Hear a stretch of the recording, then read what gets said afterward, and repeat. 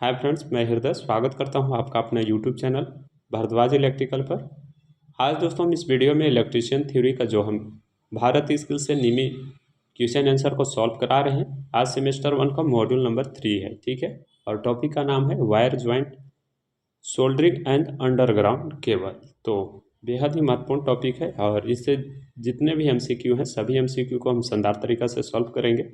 इससे पहले इसका 2 टॉपिक पर हम वीडियो दे चुके हैं। अगर आप उसे भी नहीं देखे होंगे तो इसी वीडियो का डिस्क्रिप्शन बॉक्स में लिंक दिया हुआ है। तो आइए शानदार तरीक़ा से इस सेशन का शुरुआत करते हैं।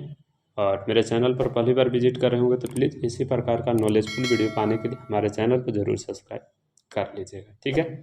तो आइए फाइनली देख ही लेते हैं। तो आइए शानदार तरीक़ा से सभी क्वेश्चन को सॉल्व करते हैं। प्रीवियस वीडियो के भांति कुछ महत्वपूर्ण पॉइंट भी बताऊंगा, उसे आप ध्यान में रखिएगा। और ये जो निमी के क्वेश्चन आंसर को सॉल्व करा रहे हैं आपको सभी प्रकार के प्रतियोगिता परीक्षा के लिए रामबाण साबित होगी, क्योंकि कभी कभी यहाँ से भी सारे क्वेश्चन पूछ लिए जाते हैं। साथ ही अगर आप ITI का CBT एग्ज़ाम देने वाले हैं फर्स्ट ईयर का, तो उसमें तो ये सारे क्वेश्चन ही रहते हैं, इससे बाहर एक भी क्वेश्चन नहीं रहता। जबकि यहाँ पर आपको ऑप्शन भी नहीं चेंज किया जाता है। लेकिन प्रतियोगिता परीक्षा का तैयारी कर रहे हैं तो वहाँ पर ऑप्शन को इधर उधर कर सकता है, लेकिन ITI का एग्ज़ाम वाला में ऑप्शन भी चेंज नहीं करता है, ठीक है। तो आइए देख लेते हैं। वीडियो हेल्पफुल रहेगा तो ज़रूर लाइक कीजिएगा और कमेंट करके हमें बताइएगा। आज का जो टॉपिक लिए हैं हम मॉड्यूल 3 है और टॉपिक का नाम है wire joint soldering and underground cable, ठीक है। तो इसी से सभी MCQ को शानदार तरीक़ा से सॉल्व करने वाले हैं। तो आइए देख लेते हैं क्वेश्चन नंबर 1, जो कि बेहद महत्वपूर्ण है। क्वेश्चन नंबर 1 में पूछा गया है एक 32 एम्पियर का रेटेड केबल की धारावहन क्षमता क्या होगी यदि इसे पुनः तार बंधने योग्य फ्यूज से सुरक्षित किया गया है। तो इसके भी 4 ऑप्शन आपको देखने को मिल जाएंगे और 4 ऑप्शन में से जब राइट ऑप्शन चूज कीजिएगा तो यहाँ पर पहला का राइट ऑप्शन C के साथ चला जाएगा। अब थोड़ा सा C कैसे आया इसके बारे में मैं बता देता हूँ। करंट कैरिंग कैपेसिटी का निकालने का एक फार्मूला जो होता है normal capacity into rating factor होता है। तो नॉर्मल कैपेसिटी कितना दिया हुआ है 32 एम्पियर और रेटिंग फैक्टर कितना लिया जाता है।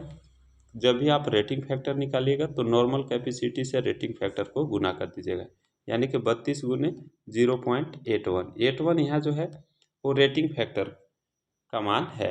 अब इसको जब मल्टीप्लाई कीजिएगा तो 25.92 आ जाएगा, जो कि लगभग 26 एम्पियर के बराबर है। ऐसा पॉइंट में एग्जैक्ट वैल्यू दिया नहीं है, इसलिए यहाँ पर हम पहला का राइट ऑप्शन C के साथ चूज। आइए नेक्स्ट देख लेते हैं क्वेश्चन नंबर 2, जो कि बेहद महत्वपूर्ण है और बेहद आसान क्वेश्चन। क्वेश्चन नंबर 2 में पूछा गया है SWG के तार के आकार मापने का क्या प्रयास होता है। तो पहले आपको SWG का फुल फॉर्म पता होना चाहिए।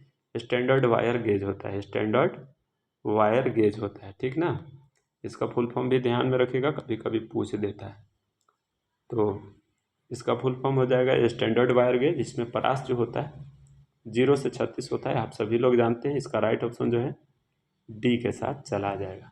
इसका अगर आपसे आकृति पूछ देगा कि SWG की आकृति कैसा होता है, तो यह गोलाकार रूप में होता है। इसे आप ध्यान में रखिएगा। इसको किस में मापा जाता है तो mm में इसे मापा जाता है। तो ये सारे पॉइंट है जो आपको SW से रिलेटेड, इसे आप ध्यान में रखिएगा। इसी प्रकार का एक और टूल होता है AWG। इसको फुल फॉर्म भी पूछ देता है कभी कभी। AWG का फुल फॉर्म जो होता है अमेरिकन वायर गेज होता है, ठीक है।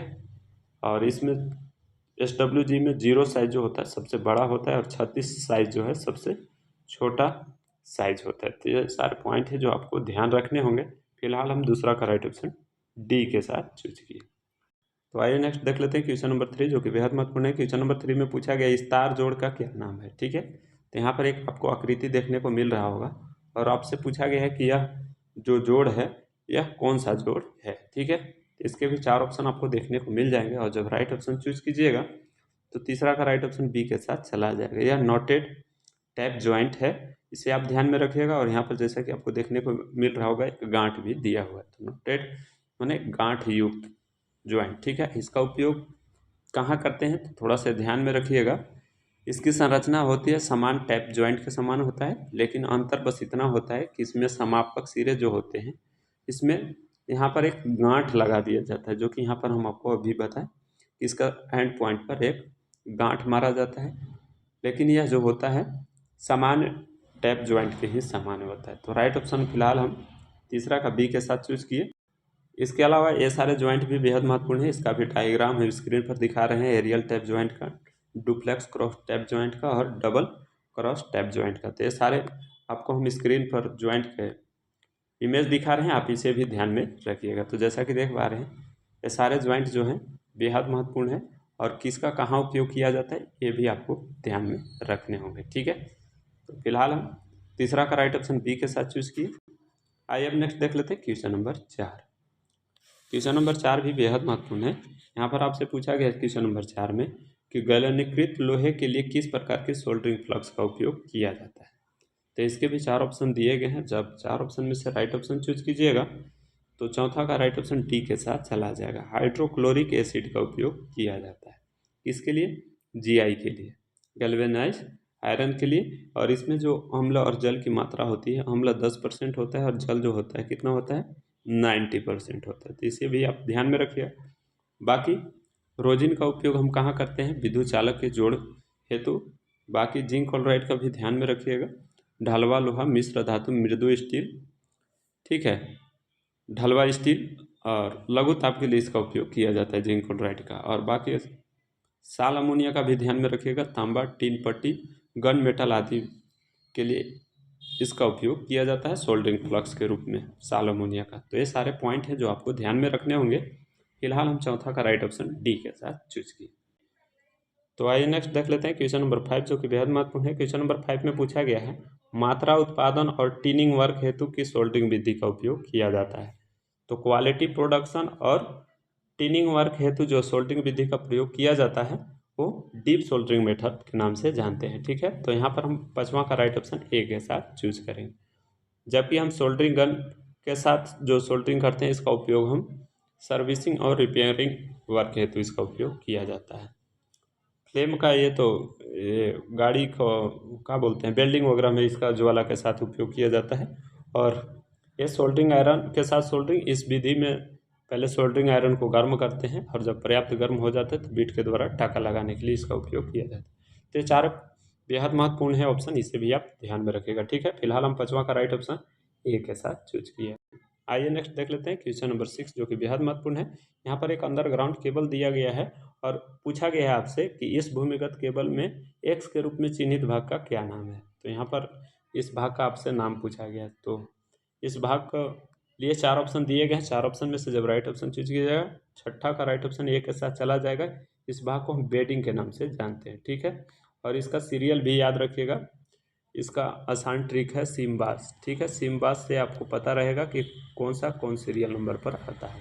हालांकि इसका मतलब क्या होता है आगे हम इसका यूजेस कहाँ कहाँ होता है, यानी कि सर्वरिंग का मतलब क्या होता है, किससे प्रोटेक्शन देता है, आर्मरिंग क्या होता है, इसके बारे में हम नेक्स्ट अगर क्वेश्चन आएगा तो बता देते हैं। इसको थोड़ा सा समझ लीजिए सिम्बास के बारे में। सी से होता है कंडक्टर, आई से इंसुलेटिंग कवरिंग, एम से मेटालिक शीट, बी से बेडिंग, ए से आर्मरिंग और ए से सर्विंग। तो ये आपका सीरियल वाइज भी याद रहना चाहिए। हालांकि इसके संबंधित हम आपको एक केबल का डायग्राम दिखा रहे हैं, ये सभी पार्ट को आपको देखने को मिल जाएगा तो आप आसानी से समझ पा रहे होंगे, ठीक है। तो इसका हो सके तो आप स्क्रीनशॉट भी ले लीजिए, बेहद महत्वपूर्ण है। और एक ट्रिक के साथ याद रखिएगा कि कौन सीरियल नंबर पे होता है, ठीक है। क्वेश्चन नंबर 7 भी बेहद महत्वपूर्ण है। यहाँ पर आपसे फुल फॉर्म पूछा गया, बेहद आसान क्वेश्चन है। यहाँ पर पूछा गया है XLPE का पूर्ण रूप क्या होता है, यानी कि फुल फॉर्म क्या होता है। तो इसके भी 4 ऑप्शन आपको देखने को मिल जाएंगे और 4 ऑप्शन में से जब राइट ऑप्शन चूज कीजिएगा तो 7वां का राइट ऑप्शन जो है क्रॉस लिंकेड पॉलीएथिलीन जो कि सी ऑप्शन में है। 7 का राइट ऑप्शन सी के साथ चला जाएगा, बेहद महत्वपूर्ण है, इसे आप ध्यान में रखिएगा, ठीक है। तो आइए नेक्स्ट देख लेते हैं क्वेश्चन नंबर 8 जो कि बेहद महत्वपूर्ण है। क्वेश्चन नंबर 8 में पूछा गया है भूमिगत केबल में सर्वरिंग परत का क्या उपयोग है। तो अभी हम आपको इसके बारे में ऊपर में ही बता रहे थे कि सभी परत को आपको ध्यान में रखना चाहिए कि कहाँ पर किसका उपयोग किया जाता है।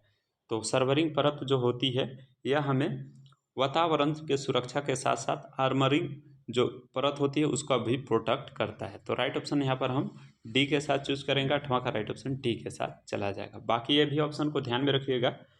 ये केबल को नमी से जो बताता है उसे हम लेड सीट हेड के नाम से जानते हैं। बाकी ये केबल को यांत्रिक क्षति से बचाना आर्मरिंग का काम होता है और धात्विक कवच को क्षरण से बचाना इसका जो होता है बेडिंग का काम होता है। तो फिलहाल हम 8वां का राइट ऑप्शन डी के साथ चूज किए, बाकी ऑप्शन को भी ध्यान में रखिएगा, ठीक है।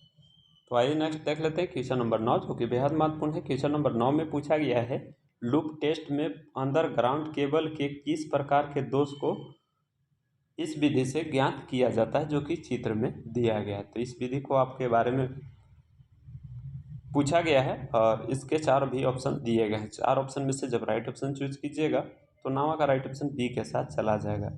यह विधि जो है शॉर्ट सर्किट फॉल्ट के बारे में दर्शाता है।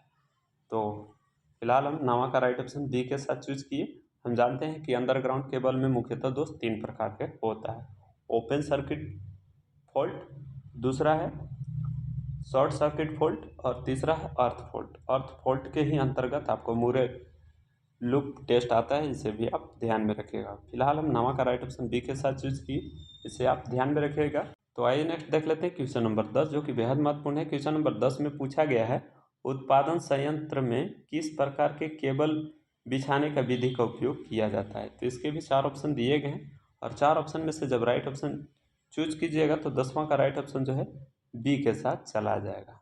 उत्पादन संयंत्र हो, चाहे संचार केंद्र हो, चाहे बड़ी औद्योगिक इकाई हो, अगर वहाँ केबल बिछाने का विधि का जो प्रयोग करते हैं, रेक इन एयर विधि का प्रयोग करते हैं। तो फिलहाल हम 10वां का राइट ऑप्शन बी के साथ चूज करेंगे, इसे आप ध्यान में रखिएगा। ठीक है। क्वेश्चन नंबर 11 में पूछा गया है, तांबे के परमाणु के आबंध चक्र में कितने इलेक्ट्रॉन होते हैं।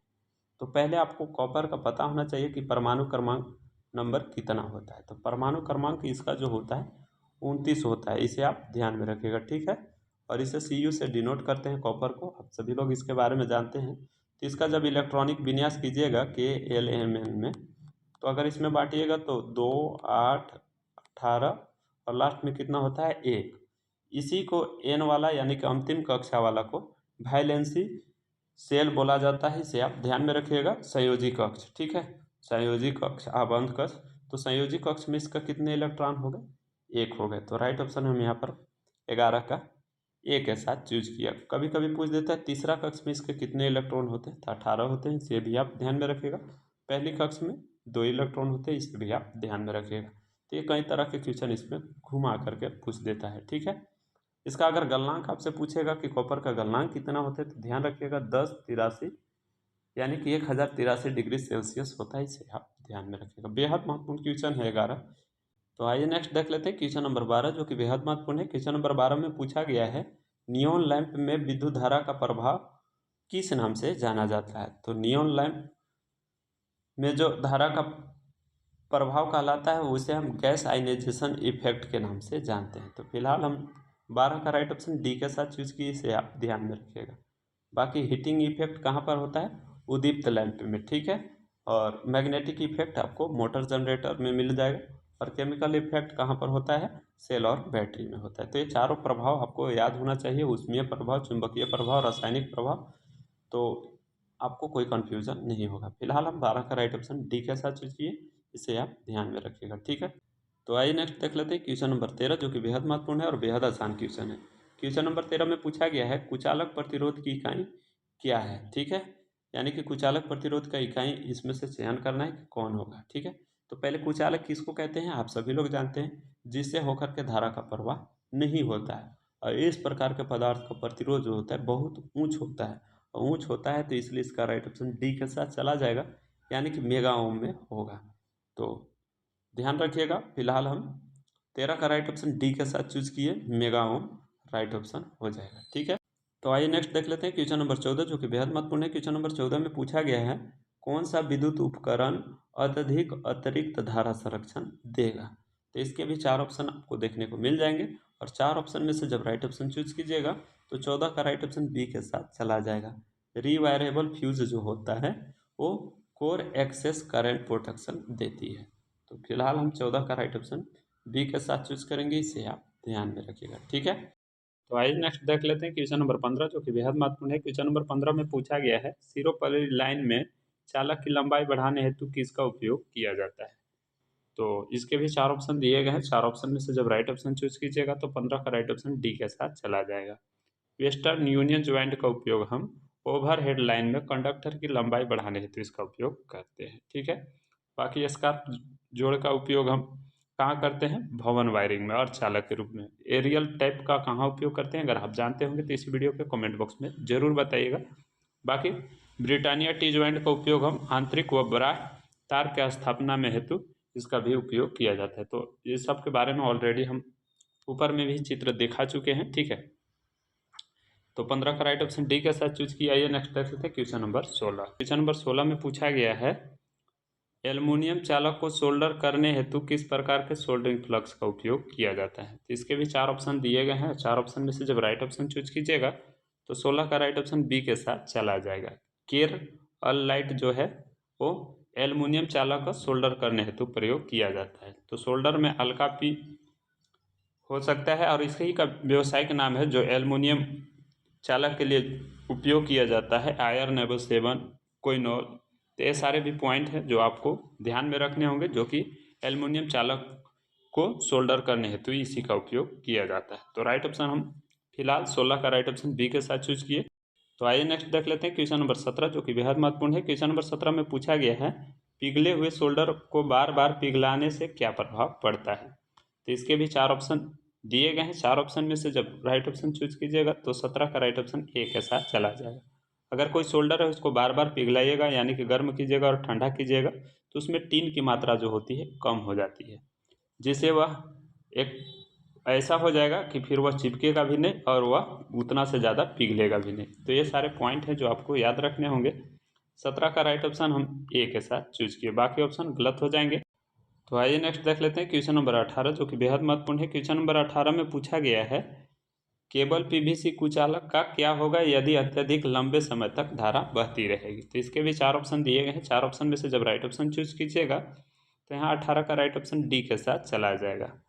इंसुलेशन रेजिस्टेंस का मान जो है कम हो जाएगा, यानी कि कुचालक का प्रतिरोध घट जाएगा, जिससे सुचालक कमजोर पड़ जाएगा, ठीक है।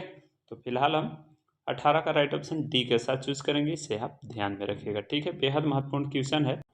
तो आइए नेक्स्ट देख लेते हैं क्वेश्चन नंबर 19, जो कि बेहद महत्वपूर्ण है। क्वेश्चन नंबर 19 में पूछा गया है केबल बिछाने की कौन सी विधि संकीर्ण क्षेत्र हेतु उपयुक्त होता है। यानी कि संकीर्ण क्षेत्र में जब केबल को बिछाना रहता है तो वहाँ पर कौन सा विधि का उपयोग लिया जाता है। तो इसके भी 4 ऑप्शन दिए गए हैं और 4 ऑप्शन में से जब राइट ऑप्शन चूज कीजिएगा तो यहाँ पर 19 का राइट ऑप्शन बी के साथ चला जाएगा। डक्ट पाइप मेथड का उपयोग किया जाता है, इसे आप ध्यान में रखिएगा।